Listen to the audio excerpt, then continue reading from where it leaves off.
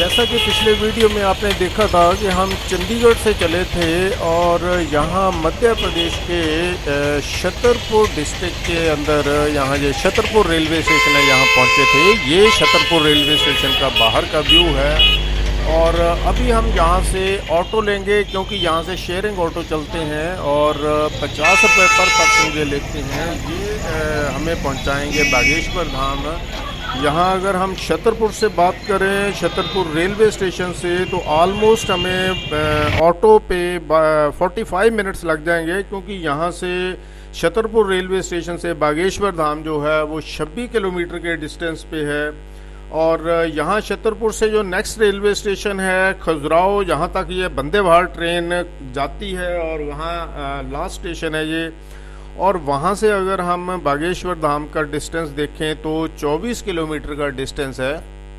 तो जो बागेश्वर धाम है ये छतरपुर रेलवे स्टेशन और खजुराहो रेलवे स्टेशन के इन बिटवीन ऑलमोस्ट पड़ता है। ये गड़ा गांव में स्थित है। यहाँ पे भगवान श्री हनुमान जी बाल रूप में विराजमान है। ये एक प्रसिद्ध धार्मिक स्थान है और वैसे भी सदियों से ये एक तपस्वियों की और ऋषियों मुनियों की ये स्थान माना जाता है। तो ये लीजिए ये मेन गेट आ गया है गड़ा गांव का और यहाँ से एंट्री शुरू हो जाती है यहीं बागेश्वर धाम की।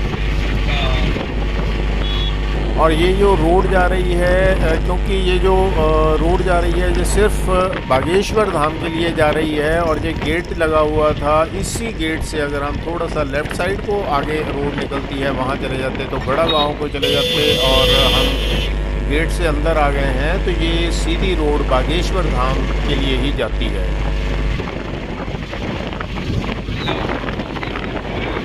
और यहाँ अगर इस गेट से हम बात करें तो ऑलमोस्ट 1 किलोमीटर के डिस्टेंस के ऊपर ये स्थान है।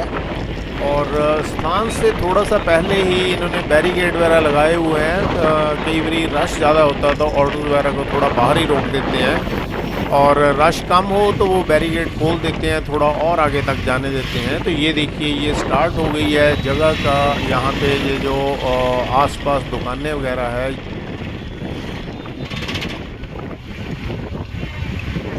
ये देखिए ये इन्होंने बैरिकेड भी लगा रखा है और ये ऑटो वाला हमें यहीं उतार देगा और यहाँ से ऑनवर्ड हमें पैदल चलना पड़ेगा। और ये अभी दोनों साइड के ऊपर ये देखिए कुछ रेस्टोरेंट भी है, होटल्स भी है, रहने की जगहें भी है और बाकी कुछ खाने पीने की चाय वगैरह की दुकानें वगैरह भी है। तो ये रास्ता तकरीबन पैदल ही तय होता है। लेकिन जब कभी रश बहुत ही कम हो तब यहाँ अंदर ऑटो वगैरह भी आ जाते हैं, ऑटो अंदर से भी ले जाते हैं। लेकिन नहीं तो ये वहाँ बाहर बैरिकेड के पास ही रोक देते हैं। और इस बैरिकेड से अगर हम देखें और दूसरे आगे एक और बैरिकेड लगा हुआ है, वहाँ तक का अगर टोटल डिस्टेंस देखें तो ऑलमोस्ट 300 मीटर का ये डिस्टेंस है। तो ये 300 मीटर पहले कई बार ऑटो को रोक देते हैं, कई बार वो 300 मीटर तक जाने देते हैं, उसके बाद आगे रोक देते हैं, उसके बाद आगे नहीं जाने देते। तो वो पॉइंट भी मैं आपको दिखाता हूँ जैसे आता है। ये देखिए अभी ये सारा का सारा जो एरिया है अंडर कंस्ट्रक्शन है। दुकानें भी बन रही हैं, रेस्टोरेंट भी बन रहे हैं, होटल्स वगैरह भी बन रहे हैं, इवन टेंपल का भी सारा काम चल रहा है। तो अभी तो जस्ट ये जो आसपास दुकानें हैं, जो छोटी छोटी दुकानें वैसे ही तंबू तंबू लगा के बनाई हुई हैं।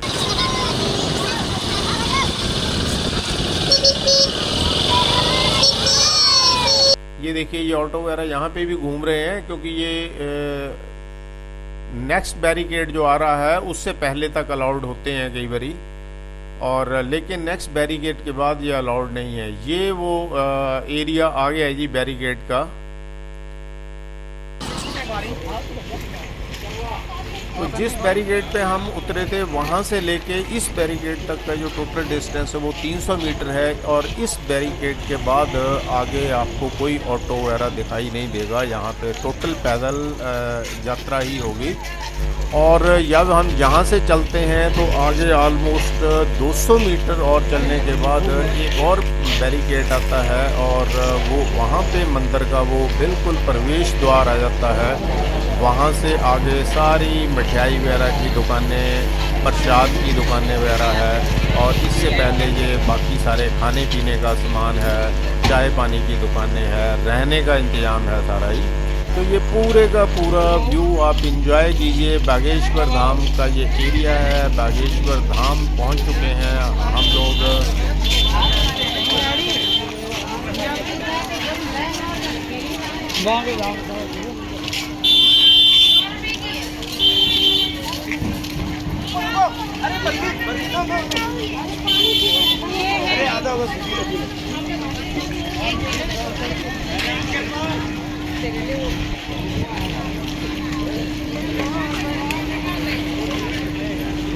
ये देखिए जी, ये जगह आ गई है जो ये लास्ट गेट है। यहाँ इस गेट से ऑलमोस्ट 100 मीटर के डिस्टेंस के ऊपर आगे ये पूरा मंदिर का एरिया शुरू हो जाता है।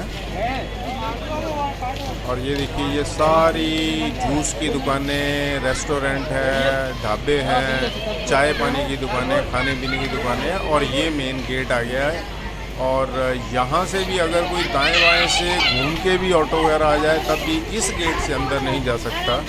यहाँ से तो हर किसी को पैदल ही चलना पड़ेगा।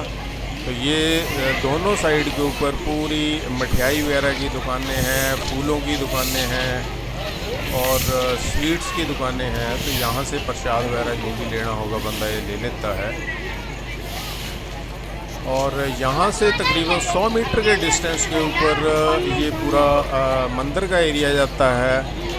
ये सामने जो ऊंची सी बिल्डिंग नज़र आ रही है, यहाँ से ये शुरू हो जाता है मंदिर का परिक्रमा।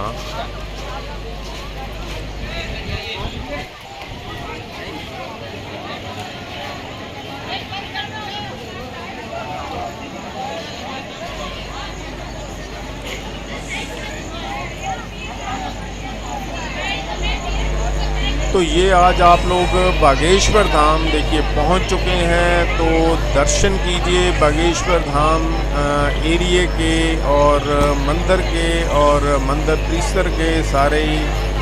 और ये देखिए, ये जो बिल्डिंग है, इस बिल्डिंग के बिल्कुल साथ में ये जो लोग चलते हुए आपको नज़र आ रहे हैं, ये बेसिकली परिक्रमा का एरिया है। जो कहते हैं यहाँ पे परिक्रमा करनी चाहिए, तो ये पूरे लोग परिक्रमा कर रहे हैं। तो ये परिक्रमा करते हुए जा रहे हैं और ये पूरा यहाँ से आगे मंदिर का एरिया शुरू हो जाता है। तो चलिए अब हम पहले आपको अंदर का एरिया, मंदिर का एरिया थोड़ा सा एक ब्रॉड व्यू विज़िट करवाते हैं पूरा इस बागेश्वर धाम की। और उसके बाद फिर हम अपना खाना पीना खाएंगे, फिर को होटल देखेंगे रहने के लिए, उसके बाद थोड़ा रेस्ट वेस्ट करेंगे और फिर वापस शाम को आएंगे हम। तो शाम को आके आपको पूरे मंदिर के एरिए का, इसकी विज़िट का और कहाँ कहाँ पे क्या क्या चीज़ है, एक पूरा डिटेल्ड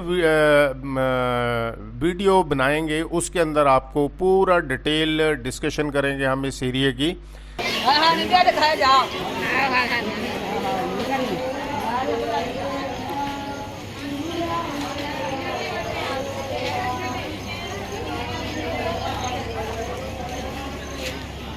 तो अभी तो एक्चुअली दोपहर के 2:30 बज चुके हैं। तो हम रेलवे स्टेशन से चले थे, छतरपुर रेलवे स्टेशन से, और जहां बागेश्वर धाम पहुंच चुके हैं। तो ये अभी मैंने आपको बागेश्वर धाम पहुंच के एक ब्रॉड व्यू दे दिया है। तो अब हम लंच के लिए जाएंगे। लंच करने के बाद रहने का प्रबंध देखेंगे, कोई होटल वगैरह बुक करेंगे और उसके बाद फिर थोड़ा रेस्ट करेंगे। रेस्ट करने के बाद फिर शाम को आके यहाँ की एक एक डिटेल के बारे में हम आपको बताएंगे। तो नेक्स्ट जो भी इस मंदिर के आसपास की डिटेल है वो नेक्स्ट वीडियो में आएगी। तब तक के लिए thank you, bye bye, thanks for watching the video.